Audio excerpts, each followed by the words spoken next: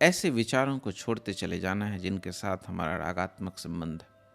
ऐसे विचार हमारे ब्रेन को डैमेज करते हैं। डैमेज से मेरा मतलब है लिटरली डैमेज करते हैं। आपके ब्रेन, फिजिकल जो ब्रेन के सेल्स हैं वो डैमेज होते हैं।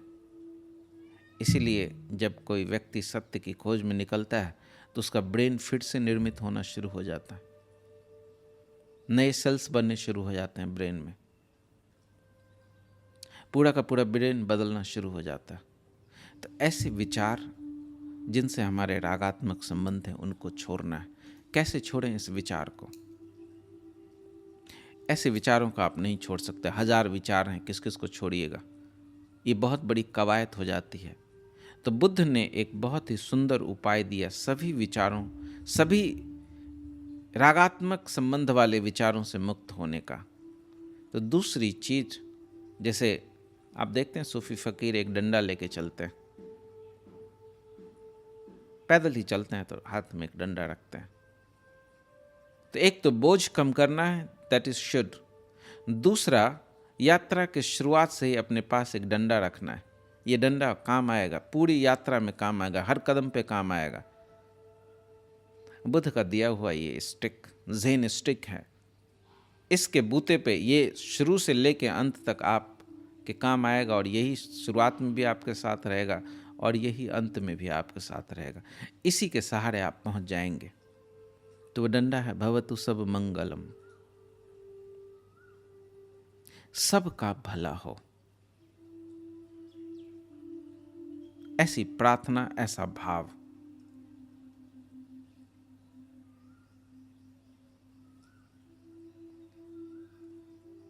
इस एक भाव के सहारे इस मंत्र को भीतर बना ले। इसका जितना चिंतन हो सके कदम कदम पे चिंतन करें।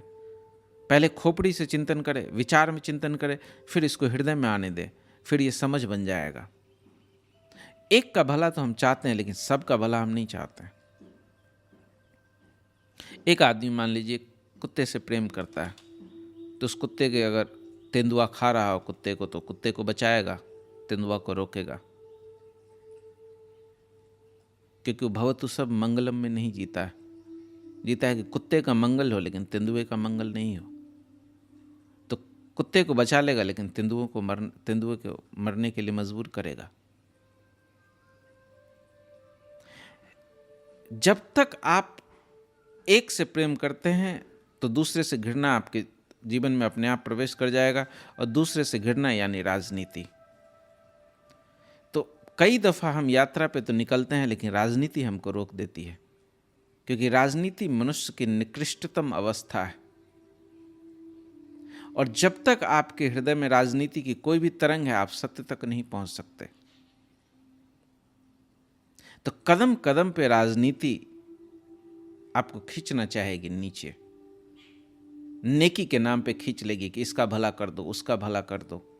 अच्छा काम करने के नाम पे आपको भटका देगी। तो कई बार साधक साधना की शुरुआत करते हैं, अच्छा करने के चक्कर में वो अपने यात्रा को गंवा देते हैं। मंगल करने की कामना की वजह से, भला करने के चक्कर में वो भटक जाते हैं। लेकिन जिसके भीतर यह धारणा है, यह मंत्र है, यह ज़ेन स्टिक है जिसके पास कि भवतु सब मंगलम, वो किसी के लिए कुछ भी नहीं कर पाता, फिर उसकी यात्रा चलती रहती है। आप देखें बुद्ध को, पेड़ के नीचे बैठे हैं, किसी का भला नहीं कर रहे हैं, और मज़ा यह है कि सबका भला होता है उनके होने से। क्योंकि जो किसी का भला करने जाएगा वो किसी एक का नुकसान करेगा। एक का भला जब आप करते हैं तो दूसरे का नुकसान होगा, दूसरे का नुकसान करेंगे तो किसी का भला होगा। लेकिन जब आप सबका भला करना चाहेंगे तो आप पाएंगे आप किसी के लिए कुछ भी नहीं कर पा रहे हैं, तो आप बड़े डिस्ट्रैक्शन से बच गए।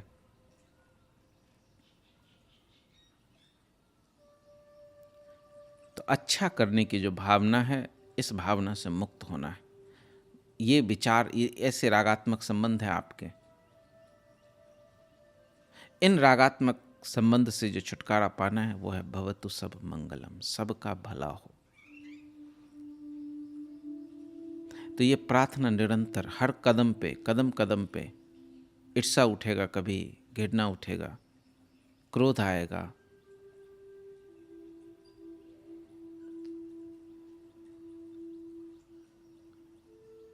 तूफान मचेगा आपके भीतर कि ये गलत हो रहा है, तो गलत होने का क्या मतलब? जब हम कहते हैं किसी के साथ गलत, मान लीजिए कोई अमेरिकन हिंदुस्तानी को मार रहा है, तो आपके मन में विचार उठेगा कि गलत हो रहा है। गलत क्यों हो रहा है? क्योंकि आपको हिंदुस्तानी से प्रेम है, अमेरिकन से नहीं। आपको लग रहा है कि हिंदुस्तानी का नुकसान करेगा अमेरिकन, तो आप वहाँ पे फिर राजनीति में फंस जाएंगे, आप लड़ने लगेंगे, आप क्रांति में फंस जाएंगे। लेकिन भवतु सब मंगलम में आप एक नई चीज़ पाएंगे कि सब मंगल हो ही रहा है ऑलरेडी, अमंगल हो ही नहीं सकता, क्योंकि दुनिया सभी चीज़ें एक दूसरे पर निर्भर है।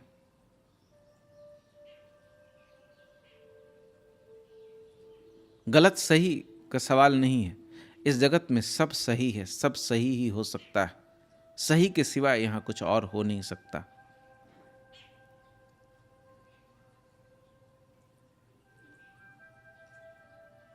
तो आप बहुत ढंग से निष्क्रिय होते जाएंगे इस ख्याल के साथ।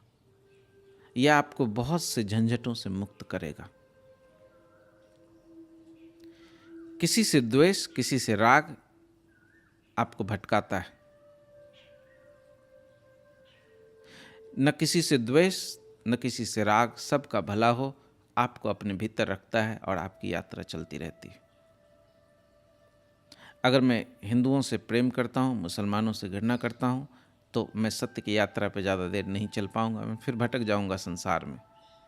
तो राग और द्वेष दोनों के द्वंद्व से मुक्त होना है, तो आप पाएंगे कि आपके भीतर जो रागात्मक संबंध वाले विचार हैं मुक्त होने लगे। तो इस मंत्र की साधना करनी है, सुबह उठना है और प्रार्थना करनी है कि सबका भला हो। ये सिर्फ शब्द में शुरू में होगा, लेकिन धीरे धीरे इसको फील करना है कि सबका भला हो।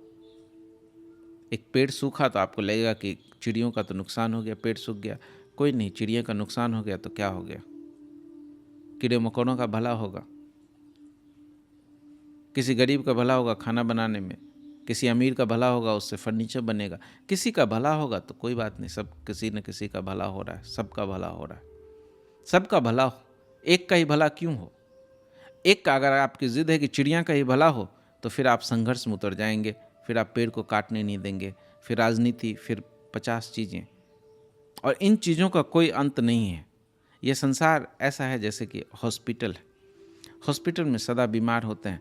इस संसार में सदा समस्याएं होंगी, आप कभी उनका समाधान नहीं कर सकते। अगर आप समाधान करने के लिए गए तो आप भटक जाएंगे।